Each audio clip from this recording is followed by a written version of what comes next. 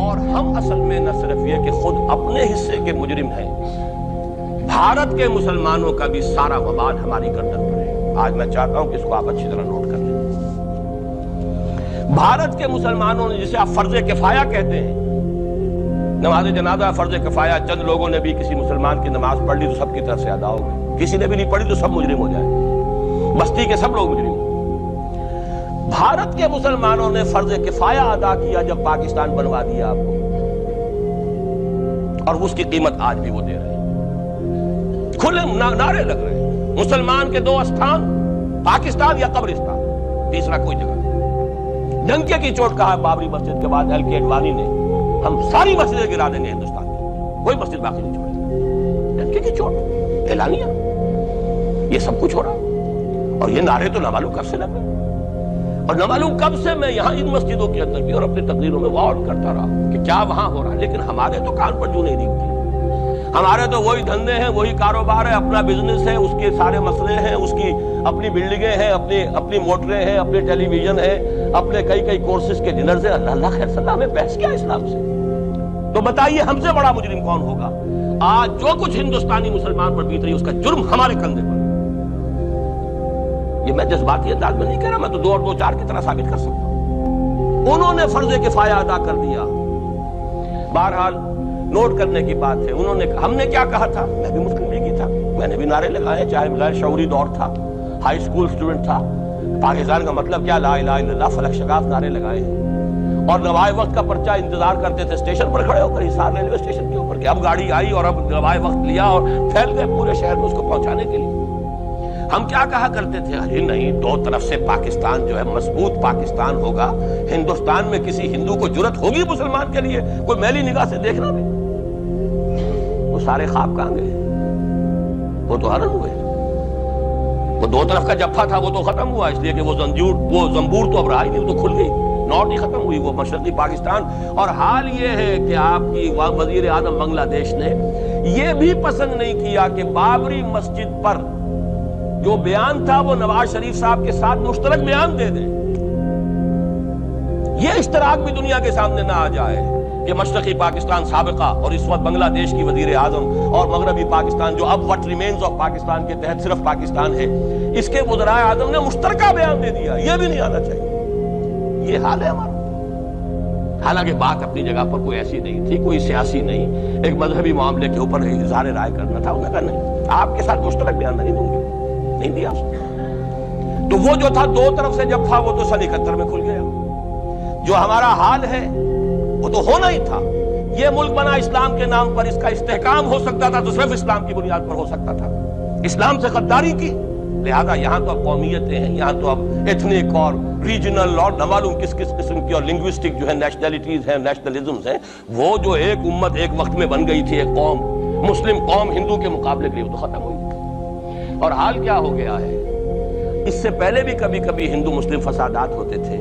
کیا سندھ سے مسلمان نہیں پہنچ جاتا تھا وہاں ریلیف کے لیے؟ کیا پنجاب سے اور سرحد سے مسلمان نہیں جاتے تھے؟ بہار نہیں گئے تھے؟ کیا کانپور کی مسجد شہید ہوئی تھی 1915 میں تو پوری ہندوستان سے مسلمان نہیں پہنچے؟ وہاں تو کم سے کم یہ تو رہا ہے، دنیا کی آنکھوں میں دھول ڈالنے کے لیے کم سے کم یہ کہ فارن منسٹری جو ہے اس نے ریزائن کیا۔ ہم نے مان لیا جی ہم نہیں کر سکے، ہم مجبور ہیں، حالانکہ سب ان کی اجازت سے ہوا ہے، بلکہ ان کی ملی بھگت سے ہوا ہے۔ لیکن یہ کہ کلیان سنگھ نے فوراً استعفیٰ دے دیا، منسٹری ختم۔ پھر وہ بھارت کی مرکزی حکومت نے اور بھی پارٹیز کو بھی بین کر دیا، اور اس کے بعد یہ ہے کہ انہوں نے حکومتیں بھی 3 اور صوبوں کی توڑ دی۔ وہ تو سرخرو ہو گئے پوری دنیا کی جو رائے عامہ ہے، ہم اس کے سوا کیا کر سکتے ہیں؟ ہمارا ایک دستور ہے، دستور میں جو بھی صوبائی حکومت ہوتی ہے اس کی اجازت کے بغیر ہم فوج بھیج نہیں سکتے۔ وہاں پہ صوبائی حکومت تھی، اس نے ہمیں یقین دہانی کرائی تھی، سپریم کورٹ کو بھی یقین دہانی کرا دی تھی کہ مسجد کو کچھ نہیں ہوگا، تو ہم تو اس کے اوپر ڈیپینڈ کر رہے تھے۔ ہے سب جھوٹ، سب کو پتا تھا جو کچھ ہوگا، اندر خانے ملی بھگت تھی۔ یہ جو صورتحال ہے جان لیجئے، اس وقت میں آپ کو بتانا چاہتا ہوں، ہندوستان کے مسلمان پر تو جو قیامت بیت رہی ہے۔ میں نے اپنا ایک تاثر کچھ عرصے پہلے یہاں شاید بیان کیا تھا، رہا ہے میرا تاثر، اور وہ ہے اصل میں وہ لاسٹ سپر جو ہے انجیل میں جس کا تذکرہ ہے حضرت مسیح علیہ السلام نے جو آخری کھانا رفع سماوی سے قبل کھایا ہے اس باغ میں جہاں روپوش تھے اپنے حواریین کے ساتھ، تو اس میں یہ الفاظ آئے ہیں، میں نہیں جانتا صحیح ہیں غلط ہیں، وہ ایک علیحدہ بات ہے، کہ آپ نے وہ روٹی توڑی اور کہا کھاؤ، eat and this is my flesh, یہ میرا گوشت ہے، کھاؤ. اور اس کو کہتے ہیں وائن، کوئی مشروب ہوگا جو بھی ہوگا، ڈالا کہ پیو، drink and this is my blood.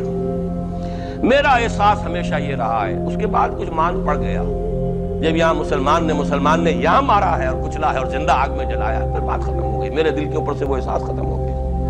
وہاں ہندو کے ہاتھوں جب مسلمان کے ساتھ یہ کچھ ہوتا تھا تو پھر جب میں کھانا کھاتا تھا محسوس کرتا تھا کہ میں ہندوستانی مسلمان کا گوشت کھا رہا ہوں اور ہندوستانی مسلمان کا خون پی رہا ہوں. یہ ہمیں عیش جو یہاں حاصل ہے، جو ہمارا آرام حاصل ہے، جو ہمیں یہاں پر سہولتیں حاصل ہیں، جو معاشی اس کی کاسٹ پر ہے. اس نے آپ کو یہ ملک لے کر دیا اور آج تک اس کی قیمت ادا کر رہا ہے. اور ہم جو ہے عیش کر رہے ہیں، گلچھرے اڑا رہے ہیں. یہاں جس کے پاس 2 پیسے ہو گئے برقع اتار کے اس نے پھینک دیا. یہ معلوم ہوتا ہے کہ یہ تو مفلسی کو چھپانے کا ذریعہ تھا. 4 پیسے ہوں، اچھے کپڑے پہنے ہوئے ہوں، میک اپ صحیح کیا ہوا ہو تو پھر برقعے کی کیا ضرورت ہے؟ اور میں نے شاید سنا ہے آپ کو، مجھ سے تو چند لڑکیوں نے یہ الفاظ کہے باقاعدہ. میں جب پریکٹس کرتا تھا لاہور میں کرشن نگر میں، تو ایک گھرانے کی، اور مجھے معلوم ہوا کہ ان کے والد انتہائی نیک تہجد گزار. کئی لڑکیاں تھیں بہنیں، ایک ہی تقریباً عمر 200 سے 1.5 سال کی. کبھی وہ آتی تھی کلینک میں میرے تو برقعے سمیت، کبھی آ رہی ہیں تو بغیر برقعے کے. میں نے پوچھا یہ کیا تماشا ہے آپ لوگوں کا، کبھی بغیر برقعے کے کبھی برقعے سمیت. صاف جواب دیا. میں ان کے الفاظ کوٹ اینڈ کوٹ میں ان کے الفاظ کوٹ کر رہا ہوں. ڈاکٹر صاحب جب ہمیں کوئی میک اپ کرنے کا، کپڑے بدلنے کا موقع نہیں ملتا تو ہم برقع پہن لیتے ہیں، اور جب ہمیں موقع ملتا پھر ہم برقع کائے کو پہنتے. تو گویا کہ اس کو چھپانے کا ذریعہ برقع ہے کہ کپڑے میلے ہیں، میک اپ نہیں کیا تو لہذا برقع پہن لیا. یہ ہے حال پاکستان میں اسلام کا جو ہم نے بنایا ہے. تو میں جو کچھ دیکھ رہا ہوں وہ یہ ہے کہ ہندوستان میں تو قیامت، اب وہاں جو آفیشیل فگرز ہیں 1000 1200 کتنے ہیں، لیکن کم سے کم 10,000 آدمی، اور اب یہ چین ہے فسادات کی. کل کے اخبار میں احمد آباد کی تھی، کبھی کہیں ہے کبھی کہیں ہے. اور واقعہ یہ ہے کہ تبصرے یہ ہو رہے ہیں کہ ہندو فنڈامنٹلزم از آن دی رائز. یہ جو کچھ ہوا ہے، جتنا بھی اس کے اندر ان کو گرایا گیا ہے، ان کی حکومتیں گرائی گئی ہیں، اس سے انہیں تقویت حاصل ہو رہی ہے. They are getting stronger and stronger. Congress کے لیے اب اپنی جو ہے جان بچانی مشکل ہے، اور اس وقت سب سے بڑا ان کے لیے جو ہو گیا وہ یہ ہے کہ وہ کمیونسٹوں کی سپورٹ کے بغیر چل نہیں سکتے. اور کمیونسٹ جو ہے وہ ان کی جو اس وقت وہ امریکہ کے زیر اثر جو اپنی اکنامک پالیسیز چینج کر رہے ہیں اس کا ساتھ دینے کو تیار نہیں. تو یہ ڈائلیما ہے. جبکہ ادھر جو ہے وہ بالکل جو ہندو ذہن ہے وہاں کا ریوائولسٹ ذہن وہ پوری طریقے سے پائے. تو اب اس وقت میں اس کے حوالے سے عرض کر رہا ہوں کہ ہندوستان اور پھر پاکستان کو علیحدہ نہ سمجھیے، اس لیے کہ ہندوستان کو اگر انہوں نے مسلمانوں سے یا اسلام سے خالی کرا لیا تو پھر ان کے بعد ان کا ٹارگٹ جو ہے پاکستان تو ہے ہی ہے. ہم تو ان کے ٹارگٹ نمبر 1 ہیں. ذہناً انہوں نے کبھی پاکستان کو تسلیم نہیں کیا. اور ہمارا ساتھی ہے کون؟ اللہ پر تو نہ یقین نہ اس سے ہمارا تعلق. جو معاملہ نہ دارت سخن آشنا نہ باشد. اللہ سے تعلق کیا ہے ہمارا؟ اللہ سے کون سی دوستی ہے؟ اللہ کیوں ساتھ ہے ہمارا؟ ہم تو مجرم ہیں نمبر 1 اس کے. اور باقی دنیا میں جن پر سہارا تھا، جن پہ تکیہ تھا، وہی پتے ہوا دینے لگے. وہ تو بالکل امریکہ کی پالیسی معلوم ہوتی ہے کہ ہمیں تو ہاتھ پاؤں باندھ کر جیسے ہندو کے سامنے ڈال دیا جائے. کبھی وہ ٹیررسٹ اسٹیٹ قرار دینے کی دھمکی آ جاتی ہے، فیلرز کی شکل میں آ جاتی ہے. یہ فیلرز دیے جاتے ہیں اس لیے تاکہ بات پہنچ جائے. اگر صرف بات اس طریقے سے انڈائریکٹلی پہنچنے سے مطلوبہ مقصد حاصل ہو جائے تو خامخواہ براہ راست کہنے کی ضرورت کیا ہے؟ مطلب تو حاصل ہو. سب نے سجدہ سہو کیا ہوا ہے. ہمارے ہاں ہر ادارہ سجدہ سہو کر چکا امریکہ کے سامنے. Total surrender. اور یہ بات جو قاضی حسین احمد صاحب کہہ رہے ہیں 100% درست کہہ رہے ہیں. 100% درست کہہ رہے ہیں. Total surrender. چاہے وہ بے نظیر ہو، چاہے وہ نواز شریف ہو، اور چاہے وہ کوئی اور ادارہ ہو آپ کا جو یہاں پہ قوت کا اصل سرچشمہ ہے اور منبع ہے، سب کے سب 100% جو ہے اس کے سامنے سجدہ کر چکے ہیں. یہی وجہ ہے کہ وہ بے نظیر کا ساتھ نہیں دے رہے. بے نظیر کا ساتھ کائے کو دے؟ اگر نواز شریف ان سے بڑھ کر، ہم بھی ہیں دربار کے، اگر یہ کہنے کے لیے وہ ان سے بڑھ کر تیار ہو تو اسے کیا ضرورت پڑی ہے؟ اس کی کوئی رشتہ داری ہے بے نظیر کے ساتھ یا کسی اور کے ساتھ؟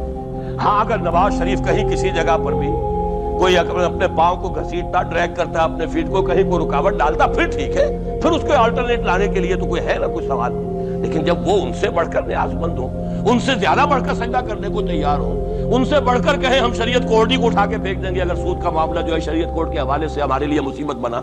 سود تو دیں گے، چلے گا، لائیے خدا کے لیے لائیے، پیسہ لے کے آئیے، ہمارے ملک میں آئیے، پیسہ لگائیے. اور یہ سود وود کا یہ کوئی مولوی لوگ ہیں پاگل جو کہتے ہیں کہ یہ کوئی حرام ہے، اور کوئی پاگل ہمارے شاید وہ کورٹ والے بیٹھے ہوئے تھے جنہوں نے اسے کہہ دیا کہ بینک انٹرسٹ بھی جو ہے ربا ہے۔